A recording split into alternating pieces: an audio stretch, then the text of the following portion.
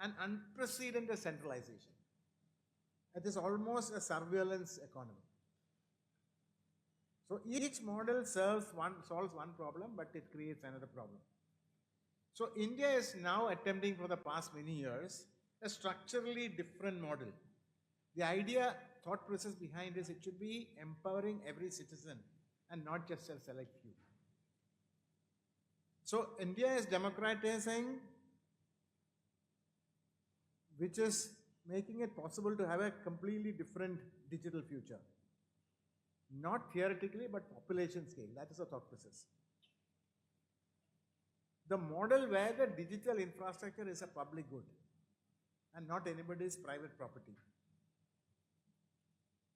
So this is not a compromise between the American, Chinese and the European model, but it's a structurally different model. So if you go a little deeper into the architecture of India's model, I mean, all of us are very familiar. The underlying thought process is a public digital infrastructure. It is whether it is, and the good thing is, since it has been in a way sponsored by public and private together, with a thought process of the consumer in front, with a thought process of encouraging inclusion both on the supply side and on the demand side, and across domains and across technologies, they all built up like Lego blocks. So whether it is identity, whether it is payment like UPI, whether it is DigiLocker, each of them, when they were designed and implemented, assume that it has to link to something else, that it is to be an interoperable system.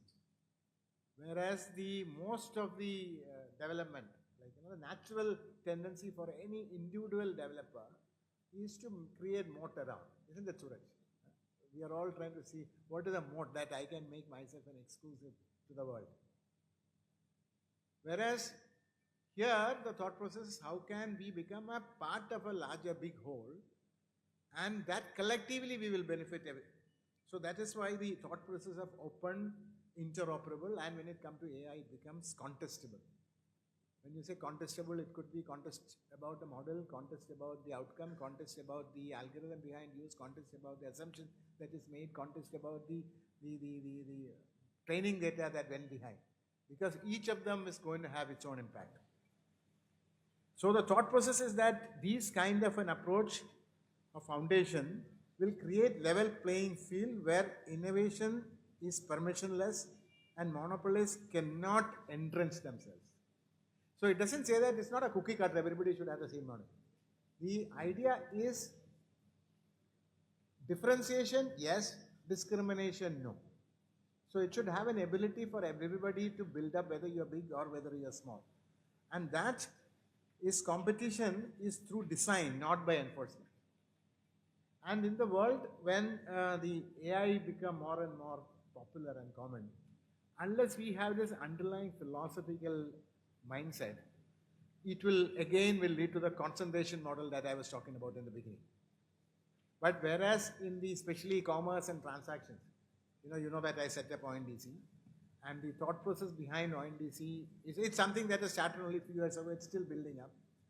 But the ultimate vision that we have is that the digital world should become one market in that sense. There could be anybody who has got a product or service. While it has not reached that level, anybody who has got a product or service should be able to make it visible in the larger network. And he should be able to make what he is good at. If I am good at making shirts, yes. If I am good at providing service, yes. All the complementary things should be available for me to stitch together seamlessly. And the stitching together should be a lot empowered on the end user. The consumer should be the focus. Because if you really look at the platform mindset, the thought process is about, I have a very lighter way of saying, the strategy of any platform is drug the buyer and pimp the seller. Because if I can collect myself a set of collecting my own buyers, and then I will be able to extract them because they become completely insensible to what's happening. There's no competition.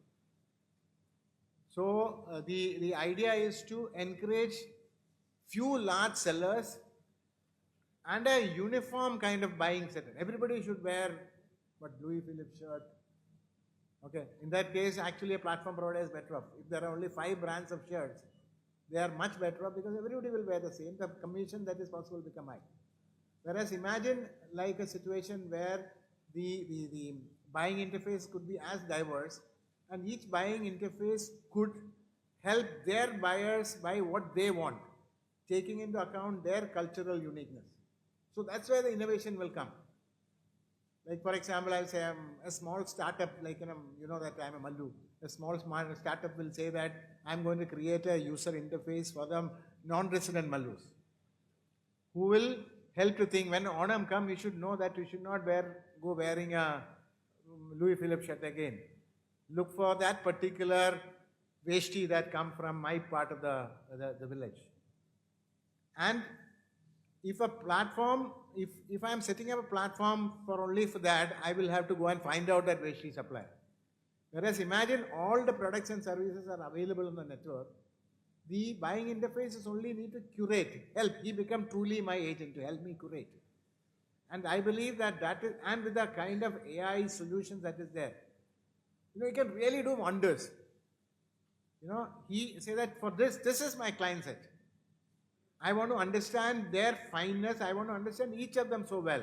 And I want to help them to buy what makes sense to them in their current context.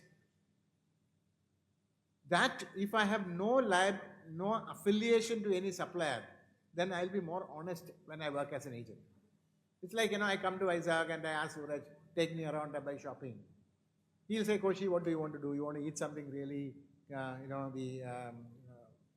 unique here? Or Tilak will say, Koshy, I will help you to buy what is traditional here. Because they are looking at my interest. They are not looking, if imagine that he had Tilak had a deal with some, textile companies here. He's like, Koshy, no, this is the best textile shop. Go there, you don't go anywhere else.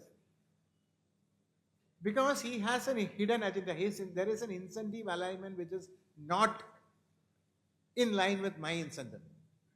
So a true market, a fair market is where incentive alignment is not partial. It is very focused to the end consumer. So that is something that we are trying to develop. So competition through design and not my enforcement. And AI, so even when it comes to AI in that sense, that's why it should become a public good layer. So if you look at, that's why India is trying to make GPUs made available to young entrepreneurs at a very competitive price. And something more, a lot of things where it doesn't make sense to invest for each individual company, make it as a common infra. For example, for a country like India, languages, interoperability in language, voice, and video become hugely important in enhancing the small business to, build up their demand and, have a larger national presence. And no individual entity has an incentive to go and invest for it. Whereas that's why if you look at, we are trying to develop the whole database for real database conversational in multiple language made available as an initiative, again, not create a national government monopoly that will become its own challenge. Whether it is Bhashini on one side, whether it's Sarvam on the other side, or whether could be more coming. But they are all being made available. In fact, you know that IIT Madras has made available a lot of data sets. There are digital commons being made available as an infrastructure. So if we can develop culturally as a country, growing it to have digital commons largely available to a large set of very enterprising, innovating entities, small and big, some succeeding, some failure. But collectively as a community we grow. And each of them not worried about the failure. In fact, these days when I'm sure that many elders also feel that when we studied, we could never afford to think of failure. We never believed that it is possible. We always try to look for security. Whereas these days the kids are saying that, fail karega, once, twice, doesn't matter. Because each of the failure is giving him a new lesson, which is very good. And they are not scared, not like many of us who are very comfortable in certain very limited domain. Because that was possible. I could be an engineer and I could be a mechanical engineer when I passed out and I could retire as one and still good at what I was doing as a mechanical engineer. But in any profession today, they are becoming outdated. What is needed becoming outdated. The profession itself is getting outdated. Not the new tools and techniques are coming. The profession itself is getting outdated. Probably you'll have to you started as a doctor, probably you end up being as a engineer. I mean, too extreme. Because finally, we are a very complex engineering marvel by, the nature and the God. Okay, so the separations are, happening so well. And when such cross-learning possible, cross-learning actually bring a lot of innovation. Earlier we had a limitation of tools, because if I had to do something in medicine, I had to do a lot of. Today I can go and figure out a lot of things that's happening. I don't know how many of you, when this cross-domain efforts happen, the innovations explode. There's a favorite story I say, angiogram was not developed by a cardiologist. Angiogram was developed by an effort by a urologist and a rocket scientist.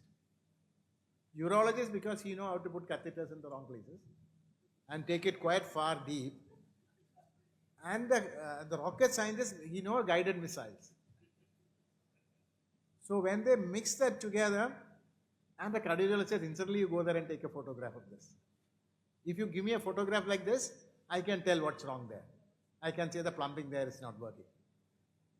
So the idea of cross-domain learning and cross-domain innovations become important. We were limited by, for example, if, even within the same domain, cardiologist was limited by the access and tools for in the area of neurology, unless you go and talk to them. Today, it doesn't matter. So long as some idea, he can sort of marry them together and create very, very new ideas and solutions. And that needs this kind of a democratization imperatively. And that democratization, we cannot depend on anything. That comes from out of everybody, the innovation coming from everybody. You cannot think that the government will make it possible for AI to be democratized. It won't. It is similarly, even for digital markets, you cannot say that ONDC or somebody like that will do everything by itself. So it's a everybody say that I am going to use this public rails. So the common, digital commons, whether it is infrastructure or its data, right? Finally it's all, if you look at common, you can use the larger word, is the infrastructure on which innovation has to prosper. And the innovation comes from individual effort. Some will succeed and some will fail.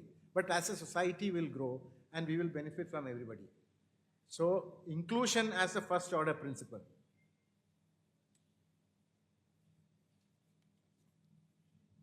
So now, why this matters for the world? Like we said now, whether many countries who are saying, should I go the China model or the American model, or maybe something learned from Europe. But there is definitely an interest that's happening, because we are able to prove in India. So many countries, especially in the developing, the South has a lot of things that can benefit from us, otherwise they will end up being slaves too. It will become the new version of East India Company. Colonization and extraction, extractive colonization, not an inclusive participation. And that's why India's model is the one that is being seen as an open, sovereign, inclusive, affordable and exportable. And I can see that today, that when I checked out from my earlier role, I see I've been sort of working with many countries, and because there's a very definite interest in what is being done there. Because we are not trying to sell anything. That's why I feel very, very nice when I go for the meeting at the senior level. I say I'm not selling anything. I'm not asking for license fee. Even everything that we develop is out there in the GitHub. Please take and use it, adopt it in a way, make sure that we are interoperable, so that what we succeed here will be beneficial for you. What you succeed will become beneficial. And that kind of collaboration is a lot respected. Otherwise, they will say, oh, kuch bechne ke liye aaya. Whereas when it says that it is not, we have come to share, we have come to collectively benefit. And that's a very different message, which is, earlier we never used to be proud to say that. Now, world is respecting for that. So let me leave this thought. Digital system are new constitutions. And these constitutions must be written by the people and not just by the government. And not by corporations and not by foreign powers and not by accident. The world is being rewired quietly, structurally, irreversibly. And the question facing every leader here is not whether you will participate in that rewiring. The question is whether you will shape it. So being a part of the community that shape it becomes very, very important than saying that, hey, tell me, give me. It's not give me. It's like, what can I give? And how can we collectively live? And then at this moment, this decade, the foundations are digital. And that in the digital continent that, or the digital world that we are creating, the boundaries are not what we are familiar today. Boundaries are going to be completely different. And I hope that we will all collectively benefit. I'm too old to probably to see the next big wave. People like Tilak and Suraj are the one. I really like them because they are younger than my children, my child rather. So I'm wishing you all the best and all the great things for the coming sessions of today. And I hope by the time the energies of yesterday is coming down to maybe there in the afternoon for all the pitch that the youngsters are trying to get support from. Thank you.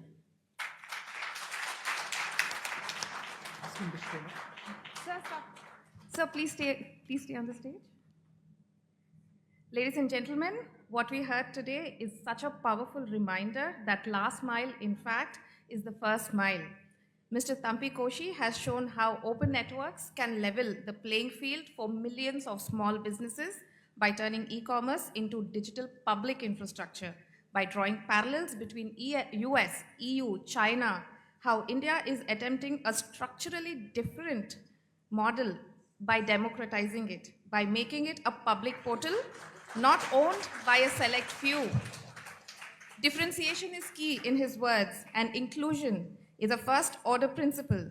Digital systems are indeed the new constitutions. Be part of a community, he says, and thank you for those lovely words.